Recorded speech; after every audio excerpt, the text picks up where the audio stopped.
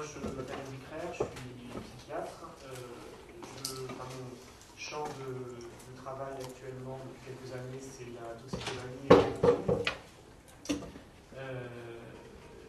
Mais je vais vous parler plus de psychiatrie que d'égyptologie, même s'il y aura bien des choses à vous dire. Mais voilà, il y a quand même un certain nombre de questions spécifiques, une question en tout cas singulière qui émerge de la pratique psychiatrique autour de la question de l'annonce. Et donc je vais vous proposer des questionnements, des réflexions autour de ces questions d'annonce en psychiatrie, des questionnements que je vais articuler autour d'une conception théorique. Donc je vais avoir un propos assez théorique. Des conceptions de l'intention éthique chez Paul Ricoeur. Alors, ça me donne l'occasion de dire, voilà, je ne voudrais pas que cette intervention soit prise comme une réflexion justement très théorique et très ardue, ce qu'elle ne peut pas d'ailleurs, mais en tout cas très théorique sur un point du soin. Je voudrais attirer votre attention sur le fait que, Nadine, juste avant, vous a beaucoup parlé de l'investissement humain qu'il y a dans la question de l'annonce, la question du soin en général. Peut-être que pour vous, c'est un petit peu plus... peut-être que cette question de l'humain est un peu plus proche pour vous qui êtes dans un cursus d'infirmière que chez les médecins, où il y a une prégnance de l'apprentissage technique qui tourne un petit peu, passe un petit peu la dimension humaine. Donc peut-être que j'ai moins besoin d'appuyer sur ce point-là en vous parlant des études médicaux, mais quand même, il y a effectivement, on est dans une question proprement humaine, vous allez voir ce que je veux en dire, mais voilà, le propos c'est aussi de vous parler de l'importance des sciences humaines et de la philosophie dans ce qu'elle peut apporter à la pratique du soin. Je voudrais, ça c'est, il y a que vous qui pouvez faire cette expérience, mais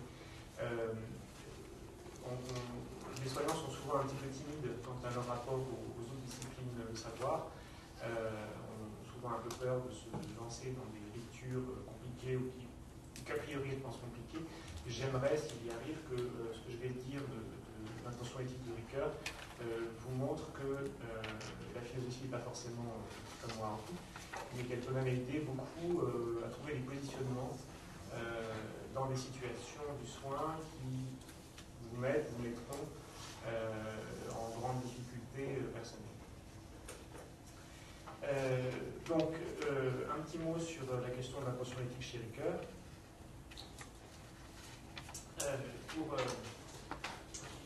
Il dit qu'il faut 3 termes. Il faut 3 termes pour être dans une situation, dans une intention éthique. Ces 3 termes, il les nomme par les personnes du singulier. Donc il y a le pôle je, le pôle tu et le pôle il. Le pôle je, pour commencer, c'est donc c'est la position du sujet.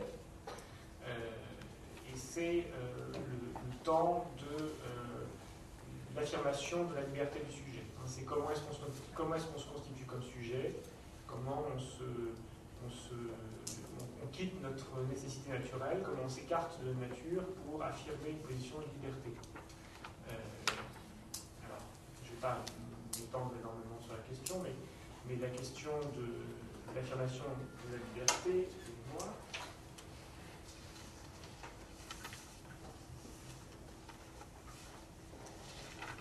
La question de l'affirmation de la liberté, elle est chez Ricoeur en soi un temps éthique, puisqu'effectivement il s'agit de se positionner comme sujet acteur. La grande difficulté que souligne Ricoeur aussi dans ce temps-là, c'est que se poser comme acteur et affirmer sa liberté, on peut le faire, mais il y a toujours une faille en nous, quelque chose qui fait que on n'arrive pas tout à fait à agir comme on voudrait agir. Ça, c'est une problématique philosophique assez ancienne, qui est celle de la faiblesse de la volonté, quelque chose que les Grecs, même présocratiques, ont déjà amené dans les réflexions philosophiques.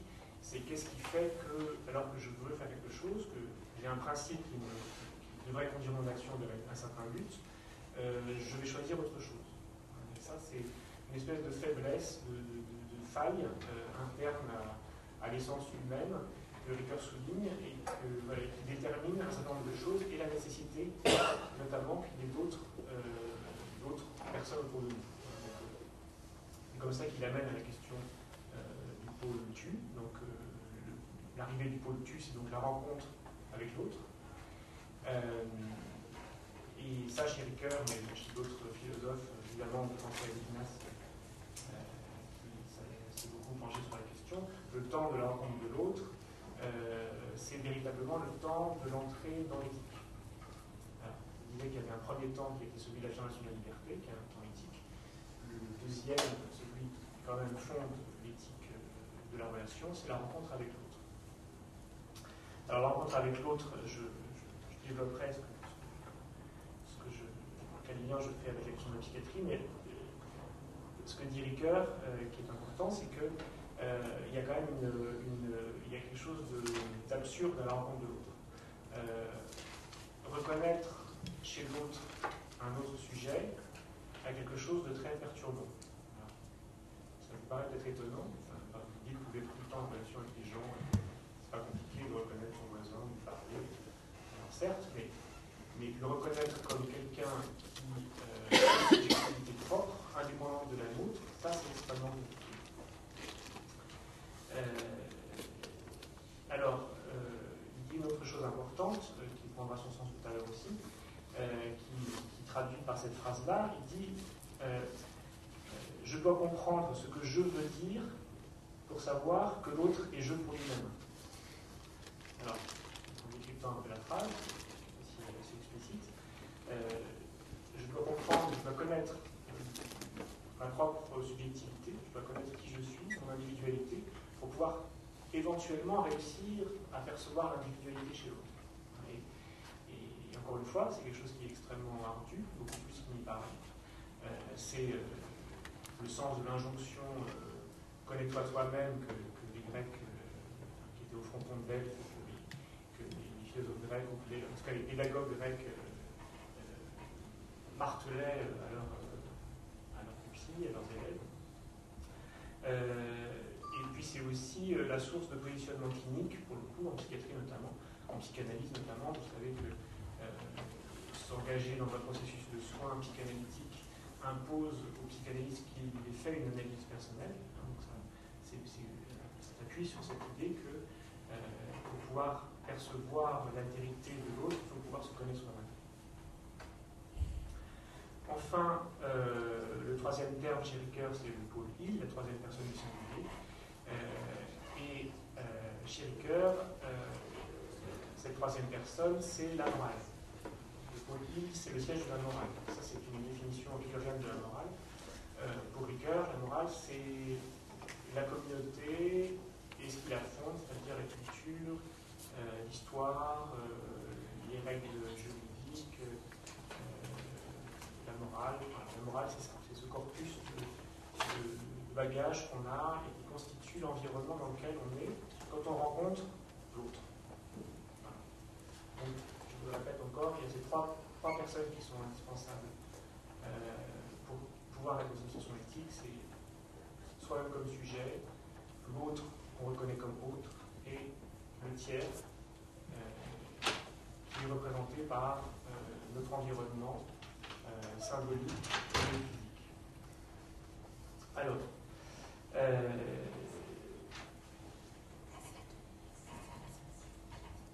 la question de l'annonce en psychiatrie, la question de l'annonce en psychiatrie, évidemment, c'est pas, la psychiatrie n'est pas tellement le domaine où on annonce le plus de diagnostic. Alors, je ne vais pas me lancer là-dessus, mais bon, on a quand même assez peu de clarté, on a assez peu de certitude diagnostique en psychiatrie, quelque chose comme ça. Ce qui fait qu'on n'est pas toujours très prudent auprès des patients et qu'on annonce, quand on annonce des diagnostics en psychiatrie, on le fait très progressivement, souvent assez tardivement dans la rencontre de soins. Donc c'est pas tellement le temps d'annonce qui m'intéresse que finalement la relation soin singulière, en fait de la psychiatrie, dans laquelle va pouvoir éventuellement à un certain moment se dire un diagnostic et l'annonce se faire. Donc le pôle jeu, je disais que c'était l'affirmation de la liberté. Pour traduire ça dans une situation de soins en psychiatrie, ça pourrait être qui suis-je, qui sommes-nous lorsque nous sommes en situation d'annoncer ou en situation d'être dans une relation de soins avec les patients. Pour revenir encore à la philosophie grecque, c'est une thématique classique du souci de soi. C'est cette nécessité de se connaître soi-même, d'avoir une certaine culture de soi-même pour pouvoir être en lien avec les autres. Voilà. Je vais dire l'heure, comme ça je ne vais pas repasser. Je ne vous décris pas, donc, il y a un texte assez fondamental qui est l'Alcibiade de Platon. Pour vous dire très brièvement, il s'agit d'un jeune homme que Socrate rencontre, un jeune homme qui s'apprête à prendre des responsabilités de gouvernement. C'est l'équivalent d'un énarque d'aujourd'hui, et Socrate est un jeune monsieur très sage, grosso modo lui dit: est-ce que tu es prêt à gouverner? Il dit: évidemment, je ne suis pas gouverner, j'ai tout ce qu'il faut, je viens de tel caste, je suis fait pour ça. Et Socrate lui montre, dans un dialogue qui est assez long, qu'il n'est pas prêt, parce qu'il n'a aucune idée de qui il est lui-même et de quelle position il va gouverner. Donc il y a cette idée du souci de soi qui est très différente de l'idée de développement personnel comme on l'entend aujourd'hui. Il ne s'agit pas de se développer soi pour jouir de nos capacités pleinement le plus longtemps possible. Il s'agit de développer une certaine esthétique de soi-même pour aider les autres, pour orienter, pour aider les autres, pour être avec les autres. Pas pour aider, c'est pas la question d'aider, c'est être avec les autres. C'est pour pouvoir être, c'est comme ça que les Grecs disent, pour pouvoir être un bon père de famille, pour pouvoir être un bon pédagogue, pour pouvoir être même un bon berger, il faut avoir une connaissance de soi-même. Alors, qu'est-ce que ça voudrait dire pour un soignant? À mon avis, ça veut dire d'abord savoir un peu pourquoi on est dans cette situation de soin, savoir un peu ce qui nous a mené à faire le choix d'être dans cette position face à un sujet qui souffre et de devoir lui annoncer quelque chose de douloureux, ou de devoir lui proposer des soins, pas des situations de soins. Qu'est-ce qui fait, quels sont les motifs qui nous ont amenés à nous trouver dans cette position-là? Pourquoi c'est important? Parce que ces motifs sont toujours très forts, il faut quand même, puisque vous êtes là, il faut bien que, pour que vous engagiez les années de votre vie dans des études, pour que vous décidiez que dans les 30 années qui viennent, vous allez être à l'hôpital dans des situations qui ne sont pas trop faciles, il faut bien qu'il y ait quelque chose qui vous pousse de façon forte à être là. Ces choses, vous pouvez en avoir des idées, et puis il y a d'autres motifs que vous ne connaissez pas, enfin que vous n'avez pas en conscience. Et si ces motifs-là sont trop forts et que vous n'arrivez pas à les voir, ils peuvent vous amener à prendre des positions face aux patients qui ne seront pas forcément bénéfiques, qui pourront en tout cas aller à l'encontre des besoins des patients. Et ça plaide quand même pour qu'on s'interroge, tous soignants, quelle que soit notre position, sur pourquoi on a décidé d'être là et comment on peut faire pour que nos mobiles, nos raisons d'être là soient compatibles avec le soin et ne l'entravent pas.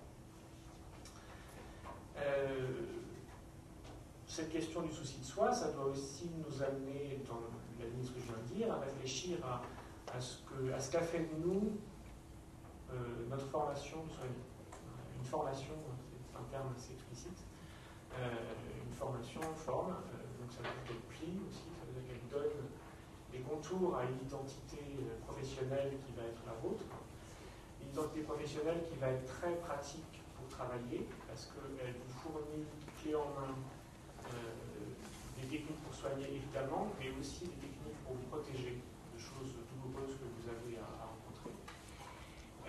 Et que souvent ces techniques ne sont pas explicitées, ne sont pas explicites, hein, c'est des choses qui vous sont transmises, comme je vous ai transmis cette identité soignante, sans que vous y pensiez et sans même que ceux qui vous la transmettent y pensent, mais qui sont utiles, qui vous servent dans votre soin de tous les jours. Mais là aussi, il y a des éléments de cette identité qui sont problématiques, des éléments de rigidité, parfois, pas des réflexes professionnels, mais qui sont aussi des rigidités qui, certes, nous protègent de certaines émotions douloureuses, mais qui en même temps risquent de nous faire oublier les émotions propres aux patients et nos propres émotions, et peuvent nous mettre dans des situations difficiles et mettre les patients dans des situations difficiles. Il y a aussi souvent quelque chose qui est présent dans la transmission de l'identité soignante, c'est que on vous dit parfois, ou c'est implicite, que l'identité soignante remplace votre identité personnelle, qu'elle vient devant, qu'elle vient comme un bouclier. Que finalement, quand vous êtes dans les sociaux de soins, vous êtes infirmière, vous êtes médecin, vous êtes ce que vous voulez, mais vous n'êtes plus vous-même. C'est souvent des choses que vous entendez avant des discussions avec les gens dans les services. Il m'est arrivé d'entendre que les gens me disent mais moi, quand je rentre chez moi, je pense à rien de l'hôpital, des choses qui peut-être phénoménologiquement sont vraies. Effectivement, ils ne pensent pas quand ils rentrent chez eux, ils ne pensent pas consciemment à l'hôpital et ce qu'ils ont vécu, mais ils sont quand même imprégnés de toute leur journée de travail, imprégnés de toutes les relations avec les patients, imprégnés de toutes les émotions qu'ils ne ressentent peut-être pas, mais qui sont quand même présentes. Donc, méfiez-vous un peu de cette question de l'identité professionnelle, ayez en conscience qu'il y a une grande porosité entre ces éléments d'identité professionnelle et d'identité personnelle, et que vous vous engagez en tant que sujet dans le soin. D'où cette idée que le soin de soi, le souci de soi, c'est aussi cette perception de qui on est dans le soin, et de nous en tant que soignant, et pas de nous, justement, de nous en tant que soignant, mais en tant que personne aussi dans cette relation. Et donc évidemment, le souci de soi, c'est aussi percevoir, ce que je viens de dire, les émotions qu'on ressent face aux patients, à savoir qu'on ressent des choses. Alors, Nadine parlait du terme de buvard tout à l'heure, moi ça ne me va pas, parce qu'il y a une forme de passivité. Moi je pense qu'on éprouve des émotions auprès des patients, mais que ce qu'on ressent dans ces situations de soins, ça n'est pas ce que le patient nous envoie. C'est pour ça que je trouve que le terme de buvard n'est pas bon. Mais c'est sur les propres émotions qu'on voit chez l'autre. Les choses sont bien nues. Alors, je vais en parler un tout petit peu.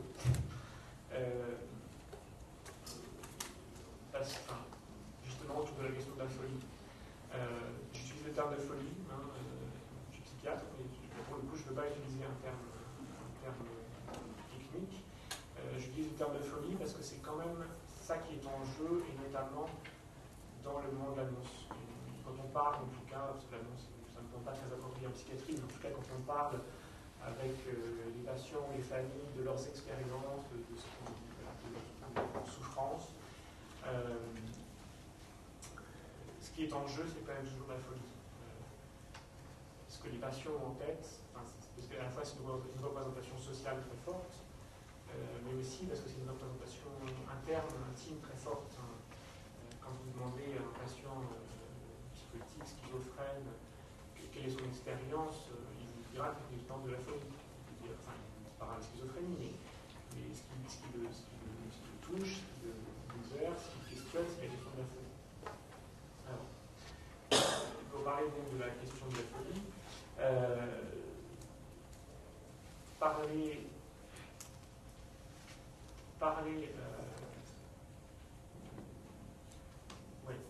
parler avec un patient de la question de la folie, c'est aussi être en contact avec la folie qu'on a en nous-mêmes.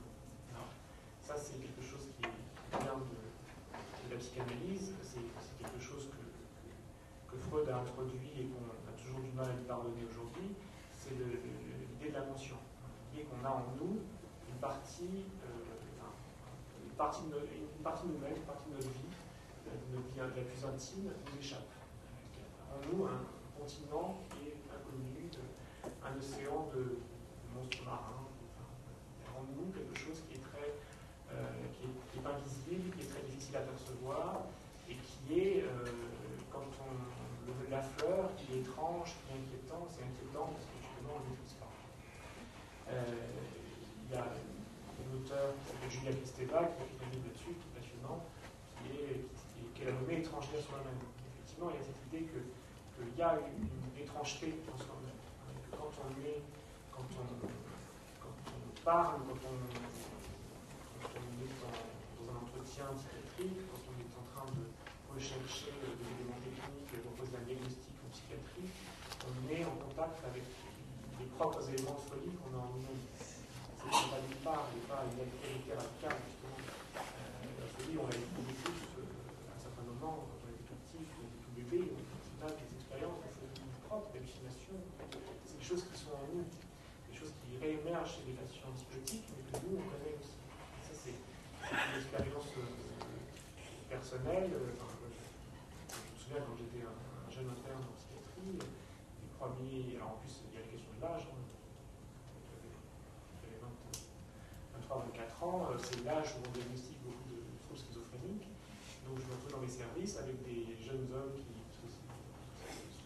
souvent des hommes, des jeunes hommes qui avaient le même âge que moi, qui avaient parfois les mêmes intérêts dans la vie, les mêmes préoccupations, et pour lesquels je pouvais à la fois, avec une certaine certitude, poser un diagnostic parce que j'avais mes classes nosographiques et ma sémiologie en tête, que je pouvais faire ce diagnostic, et qu'en même temps, il y avait quelque chose qui me disait constamment qu'il y avait une proximité radicale entre nous et moi, que j'avais bien du mal parfois à me différencier.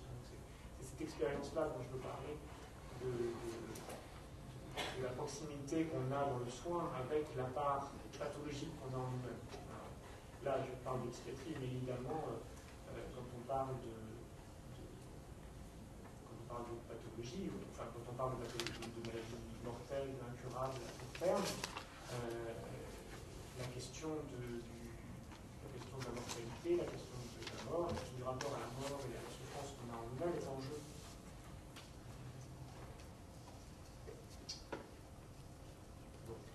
Je vais passer un peu plus vite sur les. Enfin, en même temps, c'est bien d'avoir passé un peu de temps sur cette question du souci de soi parce que je trouve que c'est quand même un point important. Je ne suis pas sûr que ce soit tellement enseigné, mais que voilà, on a l'idée qu'il faut prendre soin de soi avant de vouloir prendre soin des autres, c'est une chose importante. Ou prendre soin de soi pour prendre soin des autres. Ce que je voulais quand même dire, mais j'en ai déjà dit un mot. Parler du temps de la relation, du temps de la rencontre avec l'autre, hein, parce que chez les cœurs, le moment du pôle tout, c'était la question de l'altérité. Je vous ai dit un mot tout à l'heure, l'altérité elle est très difficile à percevoir, parce que effectivement quand on est en face de l'autre, on est en face de quelqu'un qui nous est semblable, mais qui est aussi radicalement étranger. C'est la problématique classique de l'altérégo. Cette espèce de double signification simultanée d'autres moi et d'autres que moi. Voilà, il y a cette étrangeté d'être face à quelqu'un qui nous ressemble en tout point et en même temps d'être totalement incapable de savoir ce que cet autre pense. Et d'avoir du mal à reconnaître que cet autre pense quelque chose qui est indépendant de ce que moi je pense. Et en plus, de se dire que ce qu'il pense, radicalement différent de ce que je pense, est totalement légitime. Alors, en psychiatrie, il y a un courant de la psychiatrie transculturelle, une psychiatrie qui pense beaucoup cette question-là, parce que la question de culture, d'interculturalité, vient de cette question est posée de façon assez radicale. Alors, les réponses les préconisations des psychiatres transculturels, c'est qu'il faut, quand je passe sur les éléments techniques du cadre, je les interprète éventuellement, tout ça, c'est des choses qui sont pragmatiques et relativement évidentes, mais les choses qui sont très importantes, c'est notamment l'idée de ne pas hiérarchiser les représentations du patient. Il ne faut pas les hiérarchiser en fonction de leur origine culturelle. Donc ça, c'est quelque chose qui devient relativement entendu.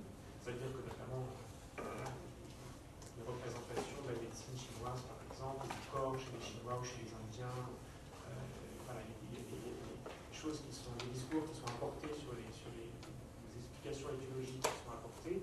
Il ne faut pas hiérarchiser les choses en disant la médecine occidentale a cette représentation-là, donc les autres ne sont pas acceptables. Ça commence à être relativement accepté. Mais il y a un autre élément, en fonction duquel il ne faut pas hiérarchiser les représentations, c'est la rationalité. Et ça, c'est à mon avis beaucoup plus délicat aujourd'hui.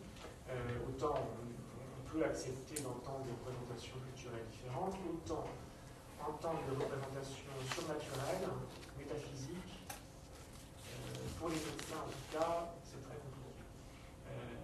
Et pourtant, c'est très important à mon avis, parce que la métaphysique est présente partout. Mais en psychiatrie transculturelle, c'est beaucoup plus facile à penser, parce que l'invisible est là. On amène l'invisible dans les consultations. On dit il y a les esprits, il y a les djinns, il y a les dorlis, en fonction de culture, les esprits sont là. Mais pour les praticiens, les soignants occidentaux, la question du surnaturel, du métaphysique est devenue est passée très très en arrière. Pourtant, la question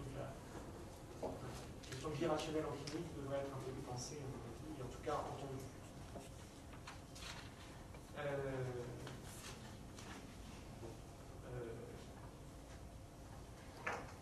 Voilà, je ne vais pas développer plus. Il y a le dernier terme important dont je peux parler, c'est chez le cœur de Paul Hill, le temps de la morale, le temps de la rencontre avec le tiers, le monde, la culture, l'histoire. En psychiatrie, le cœur, c'est universel. Enfin, il ne peut pas y avoir de volonté éthique, il ne peut pas y avoir d'acte qui est une valeur éthique s'il n'est pas pris en compte le tiers. Ça découle en fait de ce que je disais initialement, de la question de la faillibilité du sujet. Cette faillibilité fait que si on laisse deux sujets, le jeu et le tu face à face, coupés de tout tiers, ça vire très vite, soit à l'emprise de l'un sur l'autre, soit à l'abandon et de l'autre. La seule possibilité de maintenir une relation sans qu'elle devienne une relation d'emprise, sans qu'il y ait une cassure de la relation, c'est qu'il y ait un tiers autour, qu'il y ait un environnement pensé qui soit présent dans la relation humaine. Alors en psychiatrie, évidemment, dans le soin en général, cette question-là, c'est la question du rapport à la société, de notre rapport de soignant à la société, la question de la place de la politique, de la place citoyenne des soignants. En psychiatrie, évidemment, c'est indispensable de penser ça, parce que la psychiatrie a une fonction sociale, elle a une fonction de contrôle social, même si elle s'en défend beaucoup, et même si elle cherche toutes sortes de stratégies pour essayer de se dégager de cette question-là. À mon avis, il faudrait mieux l'accepter et d'essayer de travailler avec ça. La psychiatrie a une fonction de régulation sociale. Toute la question pour le psychiatre ou pour les soignants en psychiatrie étant donc l'arrivée à la reconnaître tout en s'en dégageant pour pouvoir être dans une relation de soins et pour que le tiers ne soit pas un tiers persécutant et surveillant, mais un tiers qui aide à la relation de soins. Alors aujourd'hui, je terminerai là-dessus, aujourd'hui c'est très délicat, évidemment, vous connaissez les questions d'actualité.